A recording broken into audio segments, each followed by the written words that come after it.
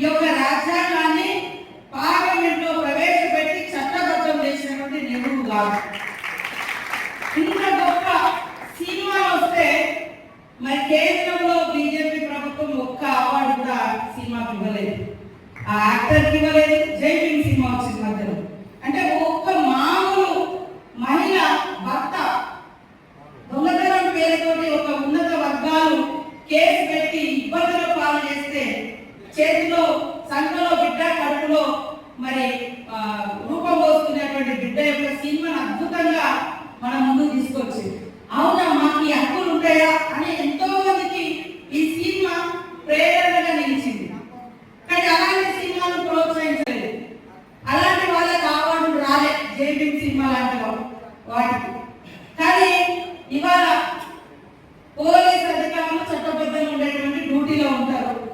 వాళ్ళని బట్టలు ఇప్పేసి ఒక స్మగ్లర్ పాత్రలో ఒక స్మగ్లర్ పాత్రలో ఉండేటువంటి ఒక స్మగ్లింగ్ చేసేటువంటి హీరోలు పోలీస్ అధికారులను పోలీస్ స్టేషన్లలో బయట బట్టలు ఇప్పేసి నిలబెట్టి యథేచ్ఛగా స్మగ్లింగ్ చేసేటువంటి సినిమాలకు మాత్రం కేంద్రం నుంచి అవార్డు వస్తున్నాయి.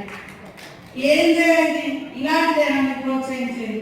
ఏ సినిమాకు మేము గౌరవిస్తాం, సినిమాకు ఒక ఎంటర్టైన్మెంట్ పబ్లిక్ ఉంటుంది, కానీ పబ్లిక్ ఎలాంటి మెసేజ్ ఇస్తారు? స్మగ్లర్ హీరోలు అవుతారంట, ఒక అవేర్నెస్ ఇచ్చేటువంటి లాయర్ జీరో అయితే ఎట్లా? ఒకవేళ అక్కడ స్మగ్లింగ్ జరుగుతున్నప్పుడు దాన్ని కట్టడి చేసేటువంటి పోలీస్ అధికారి జీరో ఎట్లా అవుతాడు? ఇది సమాజం ఆలోచించాలి.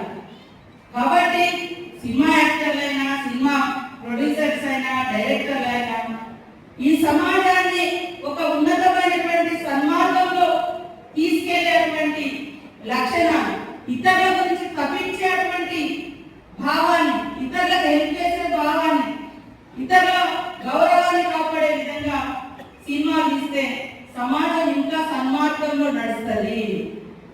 అదే మరి వేరే ఆలోచనలతో పోతే, నేను ఒక అతనట మహారాష్ట్రలో 2 మర్డర్ కేసులు ఉన్నాయి, తప్పించుకొని తిరుగుతున్నాడు చాలా రోజుల నుంచి.